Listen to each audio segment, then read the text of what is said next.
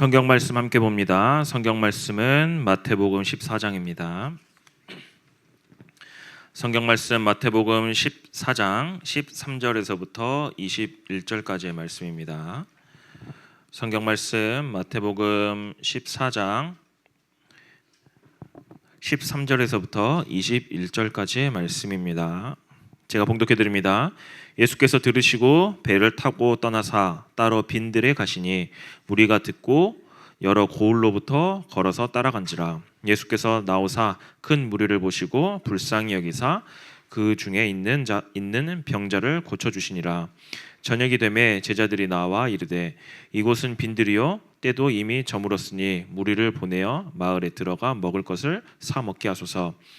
예수께서 이르시되 갈 것 없다. 너희가 먹을 것을 주라. 제자들이 이르되 여기 우리에게 있는 것은 떡 다섯 개와 물고기 2마리뿐이니이다. 이르시되 그것을 내게 가져오라 하시고 무리를 명하여 잔디 위에 앉히시고 떡 5개와 물고기 2마리를 가지사 하늘을 우러러 축사하시고 떡을 떼어 제자들에게 주시매 제자들이 무리에게 주니 다 배불리 먹고 남은 조각을 12바구니에 차게 거두었으며 먹은 사람은 여자와 어린이 외에 5,000명이나 되었더라. 아멘. 기나긴 명절이 지났어요. 이제 명절이 지나면 이제 다들 축 처져요. 왜 그럴까요? 내일부터 또 학교 이제 또 가야 되죠. 이제 일주일 거의 이제 2주 거의 10일 정도죠. 10일 정도 이렇게 쉬다 보면은 사람이 다시 되돌아오는데 약간 좀 시간이 좀 걸립니다. 이제 방학 이제 거의 이런 쉬는 날에 약간 좀 적응이 돼 있으니까요. 하지만 여러분들이 좀 빨리 이제 이런 그 쉬었던 이런 모습들에서 좀 일깨워서 다시 학생의 모드로 빨리 바뀌어서 다시 또 열심히 공부하고 또 열심히 또 예배드리는 그런 응답의 시간 됐으면 좋겠습니다. 우리가 이제 좀 말씀 나누기 전에 잠깐 기도 제목을 좀 함께 나누려고 해요. 다음 주부터 이제 뭐가 진행되어지냐면은 이제 입교 이제 세례 교육이 이제 진행되어집니다. 입교 세례 교육이 진행되어지는데 아마 여러분들이 이제 입교 세례 지금 아마 대부분 중3 이제 중2 이제 절반 정도는 받았을 거고 중3은 다 받았고요. 이제 만 15세 이상이 되어지면은 이제 입교 이제 세례를 받게 되어지죠. 이제 입교 세례를 받게 되어지는데 이제 성례 이제 우리가 성찬식을 비롯해서 이제 성례 이제 성찬식 입교 세례 이것을 보고 이제 성례라고 이야기를 하죠. 이제 왜 우리가 성례를 해야 될까라고 생각을 해보면은 성례는 이제 말씀은 보이지 않는 복음이에요. 제가 이렇게 말하는데 보입니까? 보이지 않아요. 하지만 성찬, 성례 이거는 보이는 복음이에요. 왜요? 내가 머리에 물을 붓고 떡을 마시고 포도주를 마심으로써 뭘 해요? 내가 하나님의 자녀임을 다시 한번 기억하는. 근데 이제 많은 사람들이 이제 착각을 합니다. 성례를 참석을 해야 구원을 받느냐라고 하는데 그거는 아니에요. 구원은 오직 믿음으로만 받는 겁니다. 하지만 성례를 참석하는 것은 무엇이냐? 구원의 표징이에요. 나는 구원받은 하나님의 자녀임을 내가 다시 한번 기억하고 하나님 앞에 엎드리고 때로는 내가 부족했던 내 모습들을 하나님 앞에 다시 가지고 나아가는 모습. 그 중에 이제 입교 세례 같은 경우는 무엇이냐면은 내가 이제 하나님의 자녀입니다라는 것들을 이 교회 앞에서 성도들 앞에서 공표하는 거예요. 사실상 한번 여러분들이 결혼하고 한번 생각해 보세요. 결혼을 할 때 결혼식을 해요. 그렇죠? 결혼식을 하는데 결혼식을 해야 부부가 됩니까? 아니에요. 사실상 동사무소 가서 혼인신고하면 법적으로는 부부예요.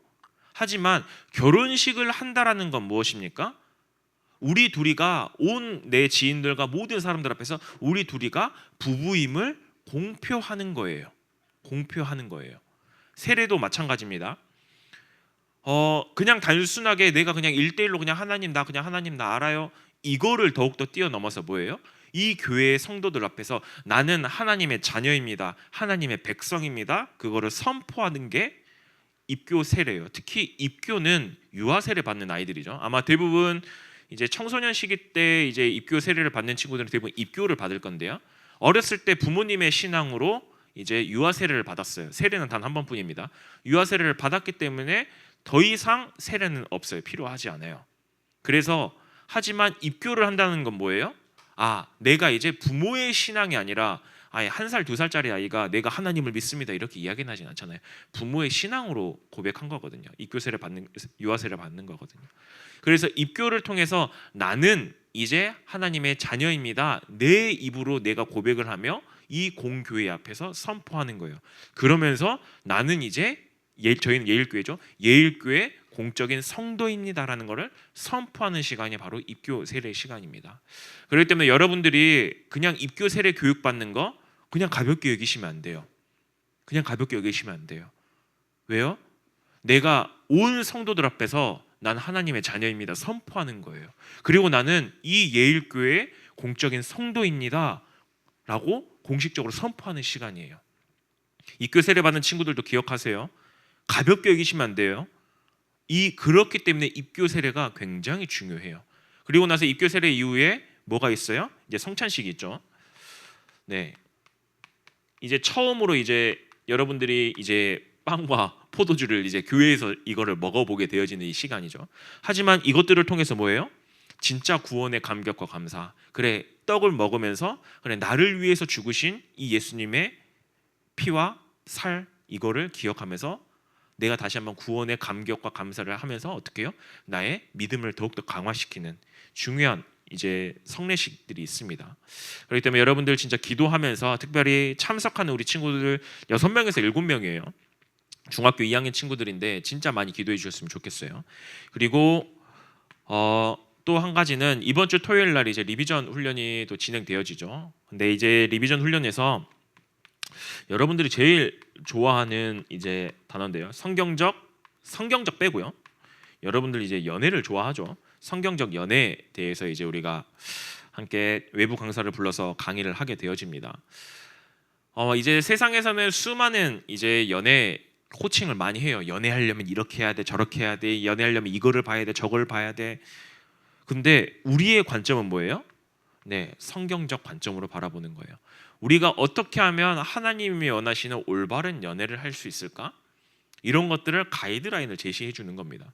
그렇기 때문에 우리 예일의 청소년들 리비전 꼭 참석하지 않더라도요 함께 와서 꼭 이 강의를 들었으면 좋겠어요. 이 강의를 듣고 그래서 이제 내가 앞으로 연애를 어떻게 해야 될까? 좀 이런 거에 대한 많은 고민들을 좀 걸러내고 하나님이 정말 원하시는 그런 올바른 연애 이런 것들을 좀 찾아갔으면 좋겠습니다. 오늘 제목은 이제 오병이어의 이제 주인입니다. 세상에는 이제 수많은 잔치가 있어요. 이제 수많은 잔치가 있는데 굉장히 화려한 결혼식이 있고요. 또 유명한 연예인들의 생일 파티가 있고 또 여러분들이 너무나도 좋아하는 아이돌 콘서트 이런 것들이 너무나도 있죠. 여기에 가면 어떠나요? 모두들 환하게 웃고 너무나도 기뻐하죠. 하지만 이 기쁨들이 어떻게 보면 굉장히 잠시일 뿐이에요. 아마 여러분들도 되게 많이 느꼈을 거예요. 큰 집회나 이런 것들을 갔다 오거나 수련회를 갔다 오면 너무나도 신나고 기쁘고 재밌어요. 그런데 딱 그 끝나고 나서 집에 돌아갈 때 어떤가요? 딱 집에 들어갔을 때 그 기분은 어떤가요? 굉장히 공허해지거든요.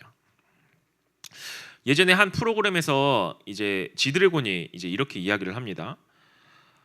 제가 겉보기에는 굉장히 화려해 보이지만 혼자 있을 때는 굉장히 공허하고 외로움을 느낍니다. 인터뷰 중에서 그래요. 그래서 늘 무언가에게 결핍이 돼 있다고 생각을 합니다. 우리가 보기에는 겉모습으로 굉장히 화려하고 멋있는 이 사람들을 보면 야 진짜 멋있다 부럽다 라고 하지만 그들의 뒷내면은 뭐예요? 굉장히 불안하고 공허하고 외로움 속에 살아간다라는 거죠. 그래서 이제 샤이니의 종현이라는 유명한 연예인은 엄청난 인기를 얻고 했지만 내 안에서 나를 천천히 갉아먹는 무엇인가가 있다라고 유서를 쓰면서 결국에는 스스로의 목숨을 끊게 되어졌죠. 굉장히 우리가 겉보기에는 멋있어 보이는 세상의 수많은 화려함들, 이런 것들, 잔치들, 이런 것들이 겉보기에는 멋있어 보이지만 그것들이 모두 다 지나가고 난 이후에는 뭐만 남아요? 공허함과 허무함만 남는다라는 거죠. 오늘 성경에도, 지난주 성경에도, 그리고 오늘까지로 이어져서 두 개의 잔치가 동시에 등장하는데요. 하나는 지난주 우리 함께 말씀 나눴던 1장 1절부터 12절까지의 헤롯의 생일 잔치가 나오지고요. 오늘 본문의 오병이어, 예수님의 이제 오병이의 잔치가 나오게 되어지는 거죠. 헤롯의 잔치는 세상의 잔치였어요. 굉장히 화려했어요. 굉장히 멋있었어요. 수많은 사람들이 함께 동참하면서, 권력자들이 함께 동참하면서 어떻게 하면 헤롯에게 잘 보일까? 정말 발버둥을 쳤고요. 헤롯은 자기의 말을 더욱더 지키려고 발버둥을 쳤던 사람이에요. 근데 그 끝은 뭘로 가득했습니까? 그 끝은 죄와 욕망으로 가득했던 잔치예요. 그 끝에는 결국에는 뭐가 있었습니까? 세례 요한의 죽음으로 이어졌어요. 헤롯 잔치 이후에 세례 요한의 죽음이 일어났잖아요. 하지만 예수님은 전혀 다른 잔치를 보여주고 계십니다. 어떤 잔치를 보여주고 있나요? 예수님은 왕궁이 아니라 지금 잔치를 벌이는 곳이 어디예요? 빈 들이에요. 아무도 없는 빈 들로 나가셨어요. 그곳에서 엄청난 음식과 축하 파티를, 이것들을 내보는 게 아니라 무엇을 보셨어요? 그들의 믿음을 확인하셨어요. 그리고 그들은 굉장히, 세상의 잔치는 굉장히 쾌락과 멋있는 춤과 이런 것들로 가 있었지만 예수님은 그 가운데서 무엇을 베푸셨어요? 그들을 불쌍히 여기시는 긍휼을 베푸셨어요. 그리고 이들을 결국에는 세례 요한의 죽음으로 끝을 맺었던 헤롯의 잔치였지만 예수님의 잔치는 뭐예요? 그들을 살리는 생명의 잔치였어요. 예수님의 잔치는 전혀 다른 잔치였다라는 거예요. 그러면 여러분들에게 한번 물어보겠습니다. 여러분들은 지금 세상의 잔치에 들어가 있습니까? 아니면 이 생명의 잔치에 들어가 있습니까? 여러분들 스스로 한번 굉장히 질문해 보셨으면 좋겠어요. 오늘 본문에 보면 예수님이 지금 어디로 가 있나요? 예수님이 14절에 빈들로 나가십니다. 세례 요한의 소식을 들으시고 예수님이 빈들로 나가셨는데 그 마음이 어떠했을 것 같으세요? 굉장히 마음이 아프셨겠죠. 쓰라리셨겠죠. 왜요? 세례 요한이 원래대로라면 예수님의 사촌이에요. 실제적인 사촌입니다. 실제적인 사촌일 뿐만 아니라 예수님 앞에서 예수님을 길을 예비했던 선지자예요. 그렇기 때문에 예수님의 마음이 어땠을 것 같아요? 굉장히 쓰라리고 아팠을 거예요. 나와 함께 충분히 동역할 수 있었던 이 사람인데 그 사람이 허무한 죽음을 맞이했던 거예요. 굉장히 그 마음속에 슬픔이 가득했을 거예요. 하지만 예수님은 빈들에 나가셨는데 이 소식을 듣고 수많은 사람들이 그 예수님을 따라옵니다. 근데 예수님은 그 아픈 감정에 사무치지 않으시고 어떻게 해요? 그들을 불쌍히 여기시고 어떻게 해요? 그들을 고쳐주세요. 이게 바로 예수님의 잔치인 거예요. 이게 바로 예수님의, 이 장면을 통해서 하나님의 나라의 시작이 어떠한지를 보여주는 거예요. 왕궁에 있는 모든 사람들은 어떻게 합니까? 권력으로 그 사람을 죽였어요. 세례 요한을 죽였지만 예수님은 빈들 아무도 없는 그곳에서 어떻게 해요? 그들을 살리는 생명의 역사를 하고 계시는 거예요. 사람을 살리는 그 일을 하고 계시는 거예요.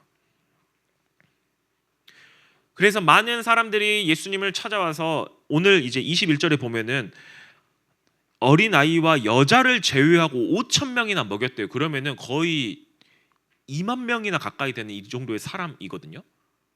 그 정도의 사람을 예수님이 먹이셨다라고 이야기를 해요. 얼마나 많은 사람들이 모였겠어요? 얼마나 많은 사람들이요? 그러다 보니까 이제 예수님이 그 치유의 사역들을 막 일으키고 계시니까 어떻게 합니까? 제자들이 이제 현실적으로 판단한 거예요. 저들을 자기네들이 생각하기에 저들을 먹일 만큼의 식량이 우리에게 없는 거예요. 음식이나 이런 것들이 전혀 없어요. 음식이 없는 상태가 되어졌어요. 그러니까 굉장히 현실적인 이야기를 합니다. 뭐라고 이야기를 합니까? 저들을 다 마을로 돌려보내서 알아서 먹게끔, 음식을 사 먹게끔 합시다. 우리는 굉장히 현실적인 말이죠. 우리는 저들을 거의 2만 명이나 되는 저만큼의 사람을 우리가 어떻게 감당할 수 없습니다. 이야기를 해요. 여러분들이 생각하기에 어때요? 이 말이 잘못된 것 같아요? 잘된 것 같아요? 굉장히 현실적이고 잘된 이야기예요. 제자들은 정확하게 현실을 판단하고 바라보면서 저들을 돌려보내는 게 맞습니다라고 예수님한테 이야기를 해요. 그랬는데 예수님은 뭐라고 이야기합니까? 그런데 예수님은 지금 뭐라고 이야기를 해요? 예수님께서는 뭐라고 이야기하냐? 16절에 그렇게 할 필요가 없다. 너희가 먹을 것을 줘라 라고 이야기를 해요. 우리가 가지고 있는 건 아무것도 없는데 너희가 먹을 것을 주래요. 전혀 앞뒤가 안 맞는 말을 하고 계세요. 그러니 제자들이 이야기합니다. 제자들이 뭐라고 이야기하냐? 우리에게는 떡 5개와 물고기 2마리밖에 없습니다. 떡 5개와 물고기 2마리면은 2명이면 다 먹을 양밖에 되지 않아요. 얼마 되지도 않는 양이에요. 이것밖에 되지 않는데 이거를 가지고 저 많은 사람들을 어떻게 먹입니까? 굉장히 현실적인 이야기죠. 이 말은 결국엔 뭐예요? 우리의 힘으로는 아무것도 할 수 없습니다라는 뭐가 내포되어 있는 거예요? 불신앙이 굉장히 내포되어 있는 거예요. 불신앙이 내포되어 있어요. 우리도 그러잖아요. 예수님이 내가 너를 통해서 온 모든 민족 내가 다 살려낼 거야. 제 힘으로는 저 아무것도 할 수 없는데요. 제 실력으로 제가 뭘 합니까? 안 되는데요. 네, 완전 불신앙에 우리가 속는 거잖아요. 근데 예수님이 뭐라고 이야기합니까? 그것을 내게 가져오라라고 이야기를 해요. 18절에. 제자들은 안 된다라는 그런 부족함, 불신앙의 말을 하지만 예수님은 이 불신앙을 가지고 뭘로 바꾸세요? 믿음으로 바꿔버리시는 거예요. 믿음의 출발점으로 삼으시는 거예요. 믿음의 출발점으로요. 우리도 마찬가지예요. 나는 가진 게 아무것도 없어요. 나는 여전히 부족해요. 나는 안 돼요. 내가 내 이 모습 가지고 내가 어떻게 세계 선교? 아니요. 당장의 학교에서도 전전긍긍하며 살며 친구들하고 갈등 때문에 힘들어가지고 너무 쓰러져 있는데 내 성적은 곤두박질 치고 있고 또 성적 좋은 친구들은 어떻게 하면 내가 더 높은 자리로 올라갈까 고민하고 이렇게 하고 있는데 내가 무슨 이렇게 합니까? 내 수준 가지고 제가 무슨 이거 합니까? 그 가운데 완전히 불신앙 가운데 사로잡혀 있는 우리에게 예수님이 이야기를 해요. 그냥 너를 나에게 가지고 와. 그냥 너가 나한테 오기만 하면 돼. 너가 가지고 있는 거 그냥 가지고 나한테 와. 나는 안 된다라는 그것을 예수님은 뭐라고 이야기하세요? 믿음의 출발점으로 삼으시고 그냥 너가 나한테 오기만 하면 돼. 이야기하고 계시는 거예요. 이 가운데서 무슨 일이 일어납니까? 예수님이 기적을 일으키시죠. 예수님이 무리들을 잔디 위에 앉히시고 하늘을 우러러 축사하시며 떡을 떼어 제자들에게 주셨어요. 그리고 제자들은 그 떡을 받아 무리에게 나눠주었습니다. 여기서 4가지 동사가 사용되어집니다. 가지사, 축사하시고, 떼어, 그리고 주심에. 이게 어디에 속해 있는 줄 아세요? 이게 바로 이 4가지가 성만찬. 성만찬을 의미하는 거예요. 예수님의 마지막 만찬 하실 때, 최후의 만찬 하실 때 그때 만찬을 주님의 만찬을 할 때 떡을 가지사 축사하시고 떼어 주심에. 근데 오병이어의 기적에서 하나님이 똑같이 그들에게 성만찬을 베풀고 계시는 거예요. 이 의미는 결국엔 무엇입니까? 예수님은 단순하게 저 배고픈 사람들에게 먹을 것을 주는 게 아니라 자기 자신을 생명의 떡으로 그들에게 내어주시고요, 그들을 하나님의 잔치에 초대하고 계시는 거예요. 이 기적은 결국에는 뭘로 이어지는 거예요? 이 성만찬 이 이후에 무슨 일이 일어났어요? 예수님의 십자가 사건이 일어났잖아요. 결국에는 이 오병이어의 기적은 어디로 이어지고 있냐? 무엇을 예표하고 있냐?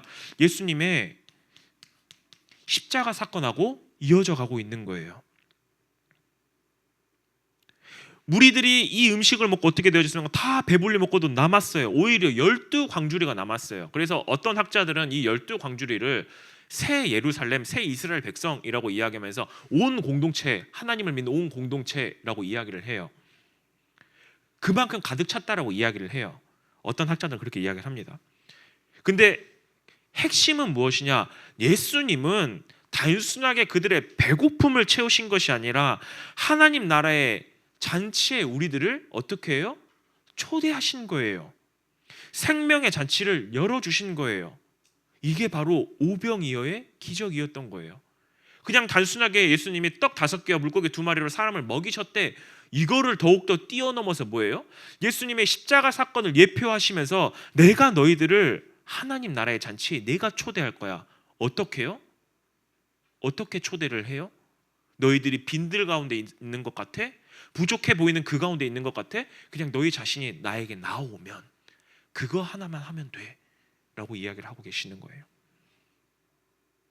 오병이어의 사건은 단순히 배부르게 먹었다? 이 기적이 아니잖아요. 예수님이 누구신지 그거를 드러내는 표적의 사건이에요. 그렇기 때문에 오늘 제목처럼 오병이어의 주인은 누구셨어요?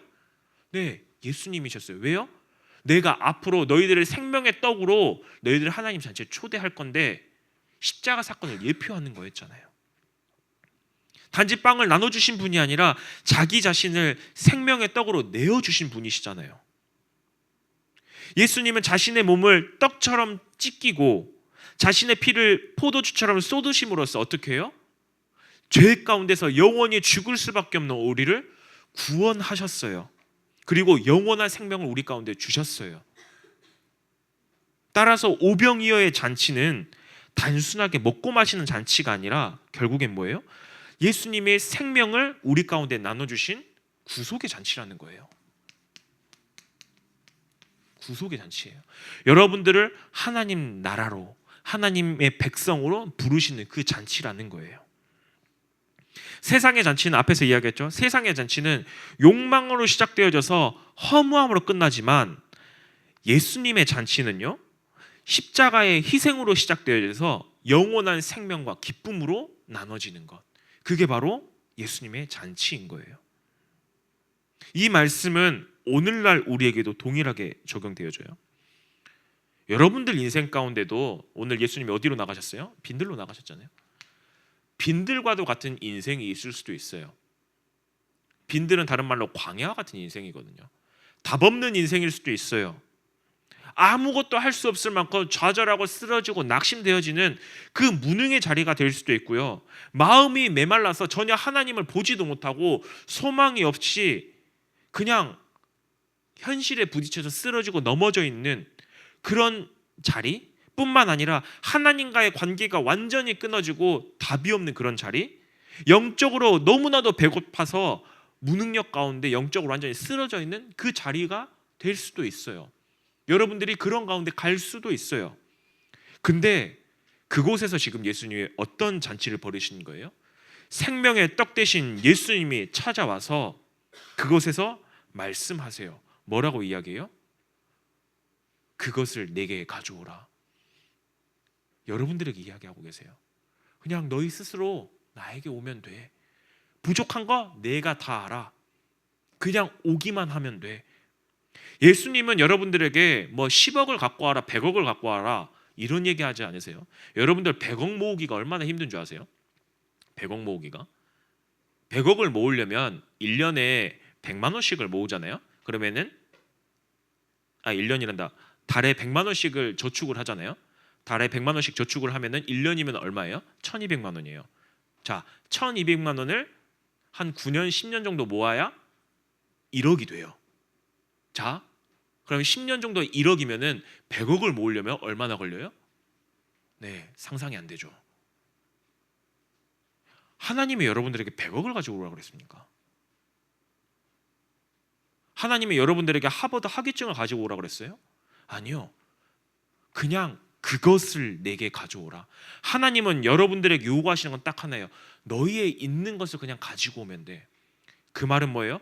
여러분들의 시간, 여러분들의 인생, 여러분들이 하고 있는 모든 공부, 네, 그냥 이것들 가지고 부족한 모습 그대로 그냥 하나님 앞에 나아가면 돼요.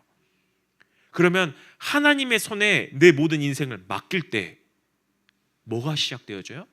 나를 통해서 천국 자체가 벌어진대요. 나를 통해서요. 그러면 여러분들이 해야 될 것은 무엇이 있습니까? 여러분들이 해야 될 건 뭐예요? 네, 첫 번째로 해야 될 거 예수님께 맡기기만 하면 돼요. 내 인생 그냥 예수님께 맡기기만 하면 돼요. 두 번째로 해야 될 게 뭐예요? 예수님이 베푸신 그 잔치에 참여하기만 하면 돼요. 참여하기만 하면 돼요. 누구를 통해서요? 나를 통해서 베푸신 그 잔치에 여러분들이 참여하기만 하면 돼요. 여러분들 인생, 네, 그냥 하나님 앞에 내어놓을 때요, 하나님이 여러분들의 인생을 붙잡고 하나님이 기적과 일을 행하시겠대요. 그렇게 생각하시면 돼요. 그거를 믿고 나아가시면 돼요. 가장 중요한 건 뭐예요? 여러분들의 인생을 하나님께 맡기면 되는 거예요. 맡기기시기만 하면 돼요. 근데 문제는 이 맡기는 게 너무 어려워요. 네, 괜찮아요. 그냥 작은 묵상 고백하면 돼요. 하나님, 나 부족한 거 아시죠? 하나님, 내 인생 주인 되시죠? 하나님, 나 하나님께 맡깁니다. 그런 작은 믿음의 고백 하나가 쌓여서 어떻게 해요? 하나님의 여러분들 모든 삶 가운데 하나님께서 역사하신다는 거예요. 하나님 역사하신다는 겁니다. 이번 한 주 그렇기 때문에 진짜 오병이어의 주인 되신 그 예수님을 기억하면서요, 지금도 그 예수님이 여러분들이 이야기하고 있습니다. 이 생명의 떡 대신 이 예수님이 세상의 그 허무한 거 따라가지 말고 내가 주는 진정한 충만함, 이것 가운데 너희들이 정말 살아가길 바래.